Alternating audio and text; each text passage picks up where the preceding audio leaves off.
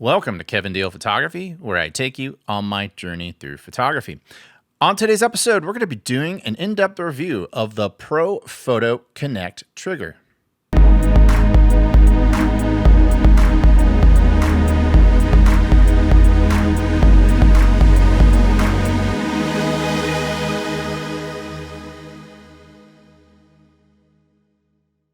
I hope you're enjoying this episode, and if you like my style, I highly encourage you to check out my F11 Photography Podcast.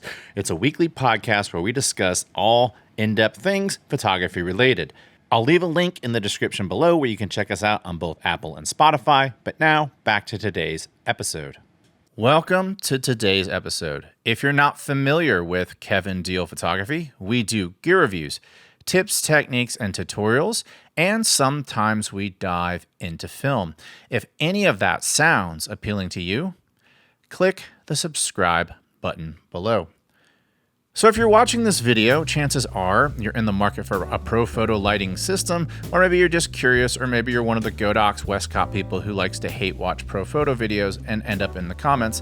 Just so you know, I shoot on both Godox and Profoto, so I'm not a hater of either. Just wanted to get that out of the way. But if you are in the market for this, it's kind of unique when you look at triggers. They often have screens on them. They're kind of control stations that live on your hot shoe. But when you look at this, it has a very minimalist, sleek design. So what is it good for and who is it marketed toward? That's precisely what we're going to try to answer in today's episode. So let's first talk about the design of this. It's super simple. You have off, you have auto, which is your TTL, and you have manual. Outside of that, you have a light indicator on the top that tells you that it's on, which will be red if it's low on battery, it'll be amber if it's charging, and it'll be green if it's charged.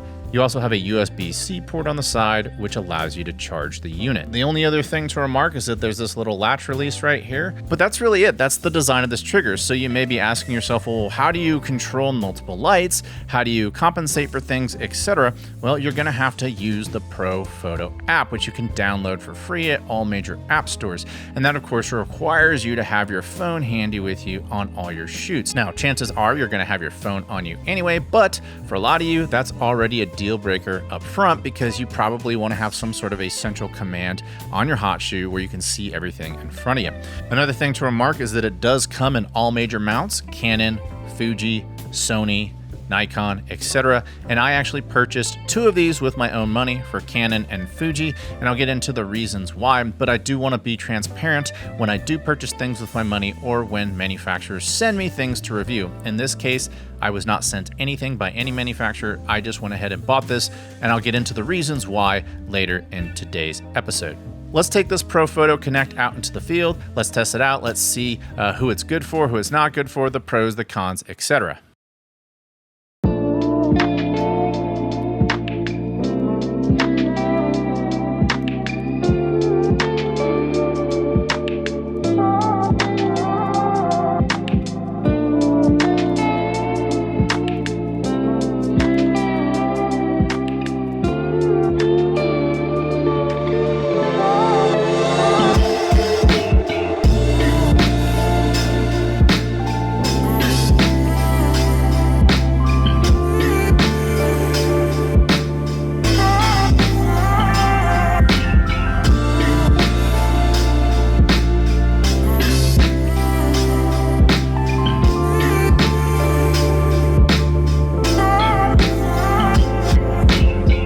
I've tested the Connect for both environmental and studio portraits, and it really depends on the scenario.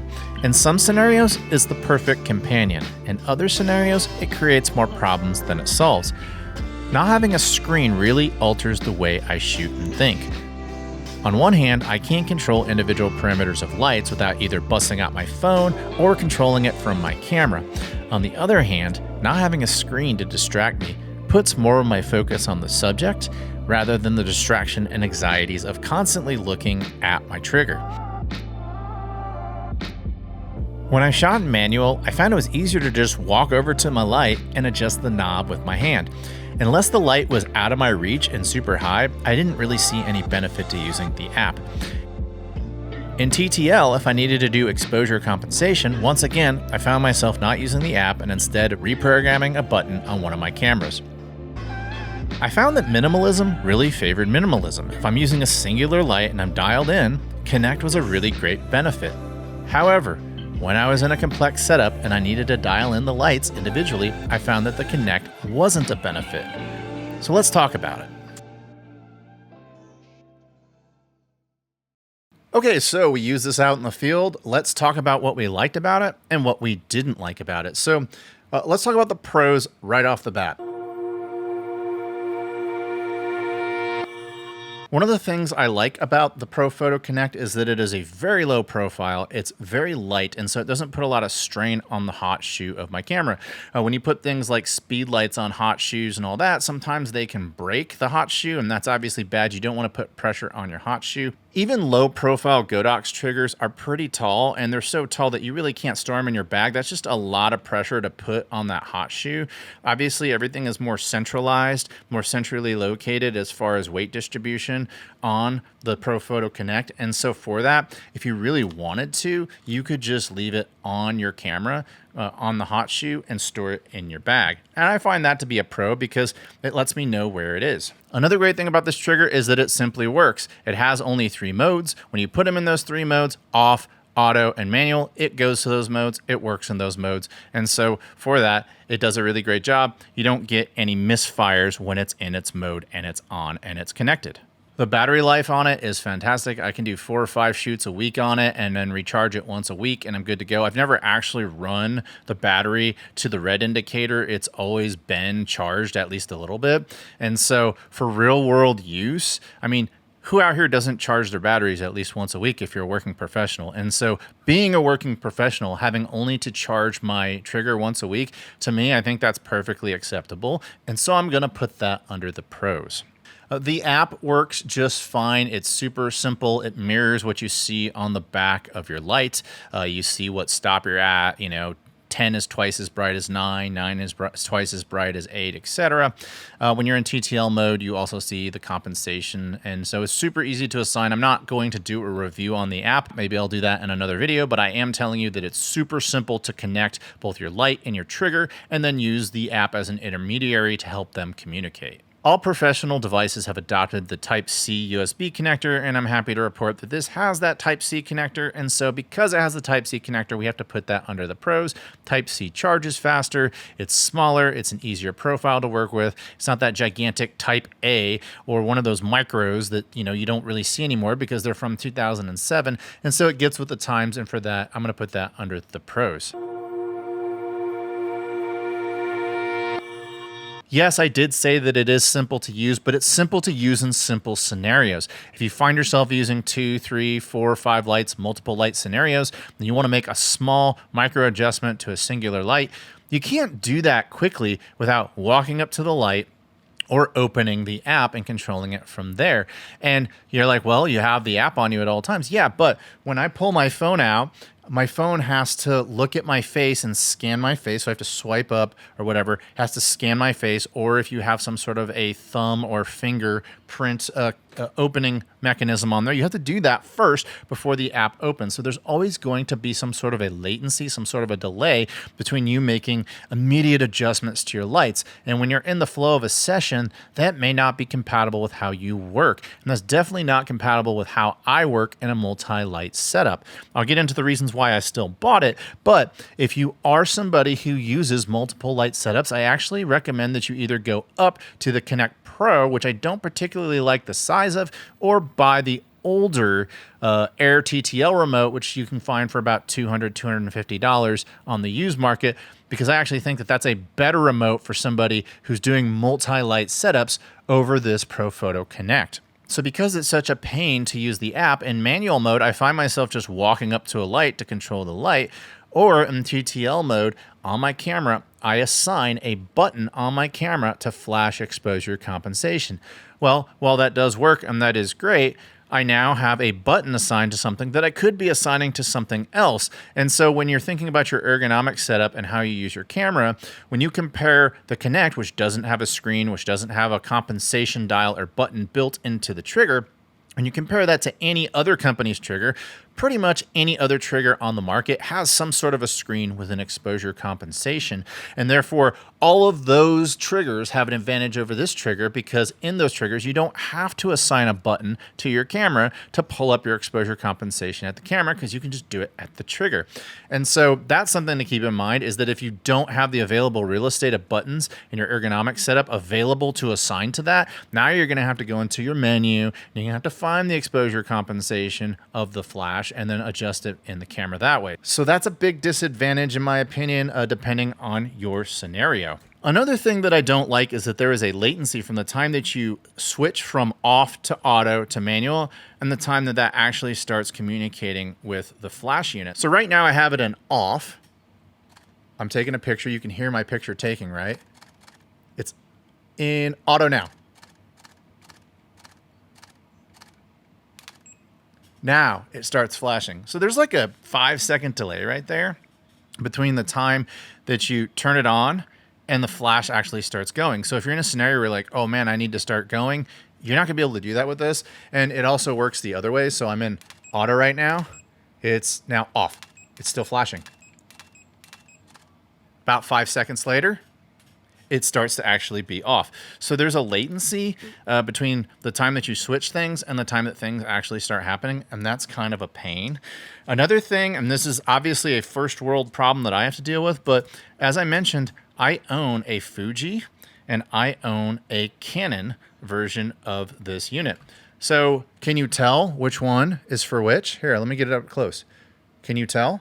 Can you tell which one of these is for Canon and which one of these is for Fuji?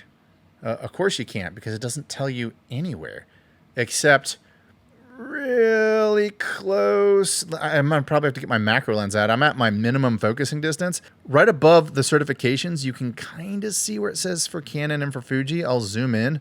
But I can tell you, I have 20/15 vision, and that is super difficult to see in almost any scenario. I definitely have to have my big, bright studio lights on in here, and I have to like really look at it and go, which one is this for? Okay, this one's for Canon, and this one's for Fuji. Obviously, if you're not on multiple systems, you're not going to care about that, but that is something that I find to be a super big pain in the ass about this unit. I do think that they could have made that a little larger, or maybe they could have indented a C or an F or an N or something like that, or an S on the side, depending on the system that you're on, because obviously Godox does that right here. You can tell that this is for Canon because there's a big C on there. This is super tiny, which is great. It's obviously a pro, but a con is all my lining in my bags is black. It is so easy to lose this.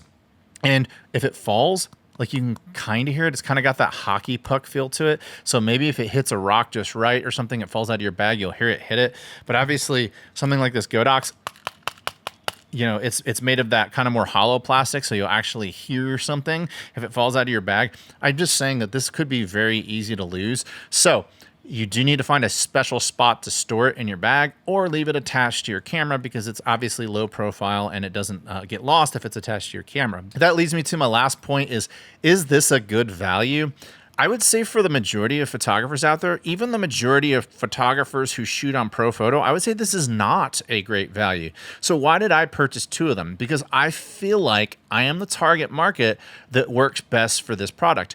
I personally bought these so I could go out into the field with a one light scenario and then use the sun as my second light. You know, those golden hour shoots or something like that, where you just want to balance to the sun. But that's really the market I feel like this is being marketed toward. Obviously, if you're doing something with super elaborate lighting, you're a studio photographer, you keep having to make incremental adjustments to your lights. I don't recommend this at all. I actually recommend you go find a used air remote, or you get the newer Connect Pro, which, like I said, I'm not a big fan of because it's so large and it's like $400 freaking dollars. For me, this is perfect, and that's who I recommend. Maybe if you're a run and gun wedding photographer and maybe you have like an A2 or something like that and you're not using a ton of lights, I would also recommend this for some event photographers. But in general, that's really the only people I recommend buy this for $199. I mean, most companies make $40 to $60 triggers.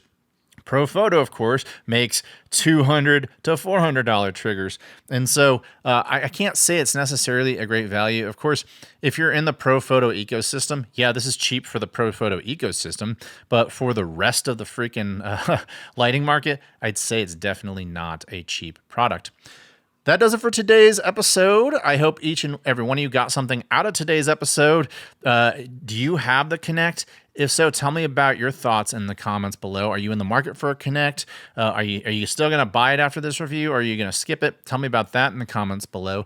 And if you like this channel, I humbly ask you to click the subscribe button below. And if you like the discussions I have on this channel, you like my opinions on photography-related subjects, and you want to hear my more in-depth, uncensored thoughts on photography-related subjects, I highly recommend you go check out the F11 Photography Podcast, which can be found on all major platforms, including Apple and Spotify.